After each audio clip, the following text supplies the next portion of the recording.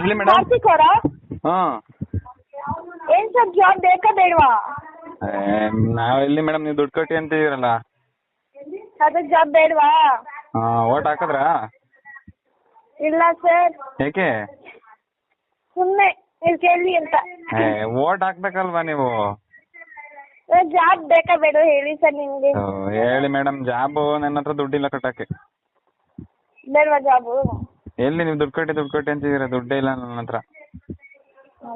ಬೇಡ ಅಂದ್ರೆ ಬಿಡಿ. ಹೋಗ್ಲಿ, ಊಟ ಮಾಡಿದ್ರಾ? ಇಲ್ಲ. ಯಾಕೆ? ಸುಮ್ಮನೆ. ಹೌದಾ, ಊರಿಗೆ ಬರೋದಲ್ವಾ ಇವತ್ತು? ಎಲೆಕ್ಷನ್ ಅಲ್ವಾ? ನಮಗೆ ರಜಾ ಇಲ್ಲ. ರಜಾ ಇಲ್ಲ?